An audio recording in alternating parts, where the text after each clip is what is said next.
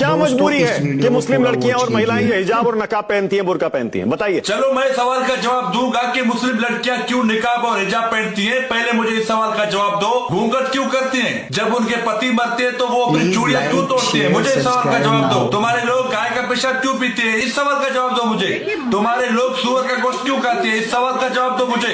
तुम्हारे लोग गाय का गोबर क्यों खाते हैं? इस सवाल का जवाब दो मुझे।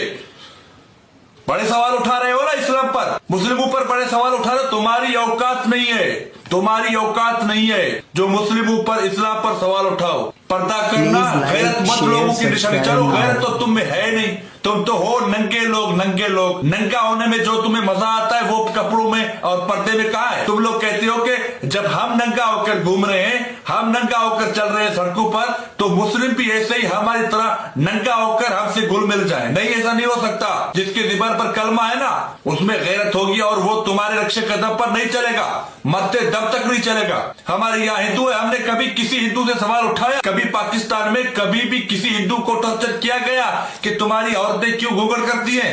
हम उनकी माँ बहनों को अपनी माँ बहन समझते हैं। हमने कभी ये नहीं सवाल उठाया कि तुम्हारी औरतें घूंघट क्यों करती हैं। सवाल हमारे पास भी बहुत है। तुम बुर्के पर सवाल उठाते हो, हिजाब पर सवाल उठाते हो, हलाला पे सवाल उठाते हो। वो हमारा मजहब है, हमें मिला है इस्लाम, हम खुशकिस्मत हैं। तो इस्लाम के असूल है, हम उन असूलों पर चल रहे हैं। तुम्हारी हैसियत तो औकात नहीं है जो इस्लाम के बारे में, पर्दे के बारे में, बुर्खे के बारे में, हमारी माँ बहनों के बारे में सवाल